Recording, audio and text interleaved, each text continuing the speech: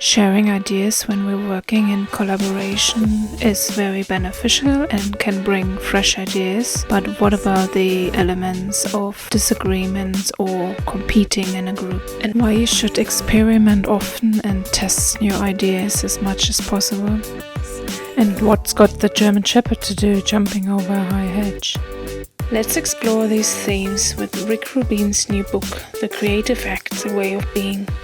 And how can this help us creatives moving forward instead of being stuck with imposter syndrome or creative block? Hi, I'm Chrissy. I'm a creative. 3.5 years ago, I changed my career from dealing with lots of numbers in reporting to a graphic designer.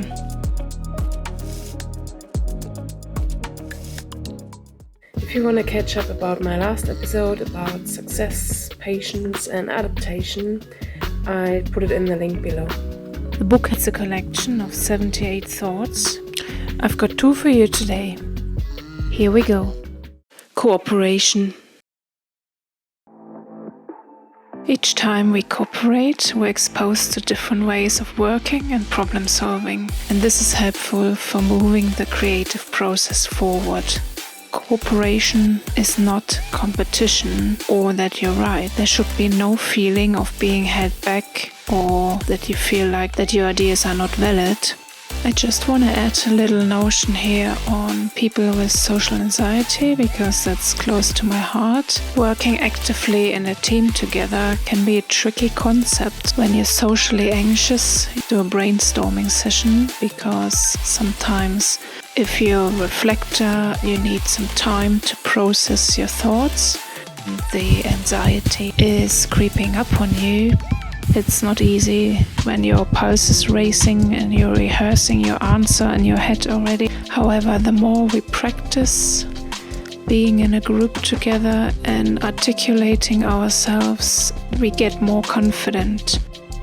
And I'd like to add, Brené Brown once said, vulnerability is not winning or losing, it's having the courage to show up and be seen when we have no control over the outcome. Vulnerability is not weakness, it's our greatest measure of courage. Rick Rubin explains smooth cooperating is like a jazz ensemble, so everyone has their own point of view, so they all work together until they're all happy with the work, but they improvise together and create a whole new melody. They're reacting intuitively in the moment.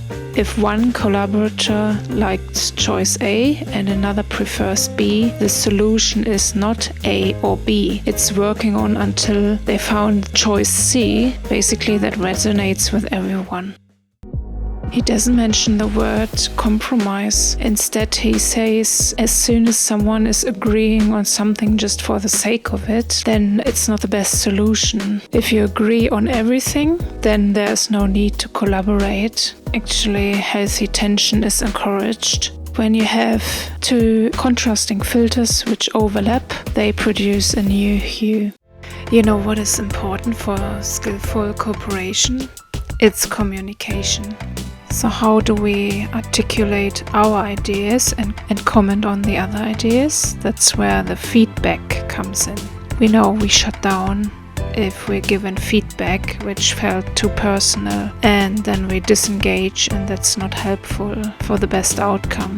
So giving feedback is an art. Rob Rubin suggests zooming to the details of what you're seeing and feeling when giving feedback. Instead of saying, I don't like the colors, it's more helpful to say, I think the colors in these 2 areas don't interact well together. Also, when you give feedback, don't try to immediately fix it and give all the solutions. Let the receiver think about the feedback and that they come up with changes, because our ego can perceive assistance as interference and we become defensive. Actually, words can also be mistranslated, because what was said to me, I understand the words, but I interpret them differently because I be influenced by my mother language. So the meaning then can be totally different. To make communication clearer and for everybody to understand, Rick Rubin suggests useful practices when you receive feedback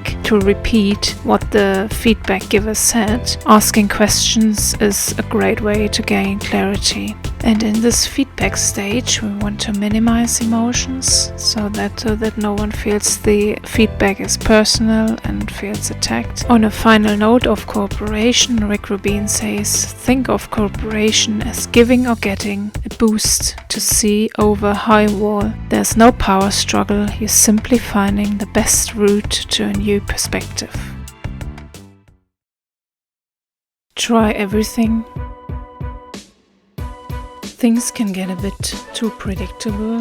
What works for someone doesn't necessarily work for another person or company. We can never fully know what someone else is thinking, how your audience will react, and assuming can actually be quite a costly error. Sometimes you have a brilliant idea in your head, but when you bring it out in the open, it actually falls a bit flat and wasn't like the big fantastical thing like you imagined it. Ideas need to be shared, but the only way to truly know if the idea works is to test it. It's easy to see in user experience, UX design, using prototyping tools. We can let users test the prototype if they understand the action and what they have to do. And also in product design. So for example, if you take Apple, so they haven't just put a thought into their marketing and producing the products. What they're doing is, after we bought the product, they are extending the sensory experience. It has such a sleek and minimal design. Feels really neat and compact, which makes us feel excited to switch it on, and this strengthens the brand. So apart from physical testing to keep the frustration levels low, we look at testing creative ideas in general, and Rick Rubin gives us a tip first to ask what-if questions. For example, if you have a written piece, you can ask yourself, what if I take out all those adverbs? What happens then? Or what if I look for contrasting elements? Or what if we made all the loud parts quiet? Rick Rubin mentions going into the testing process with curiosity, surprise and joy, and leave out the competitive. I really like Ivy Malik's recent Instagram post, and she said, don't be afraid to fail, it's okay to make mistakes and recognize when an idea isn't working and be willing to let it go. And so we come to the end. In cooperation, we want to create a direction to work together. And when you're testing an experiment, any creative possibility, you're truly in the area of innovation. Allow yourself to come from the angle that there are no mistakes.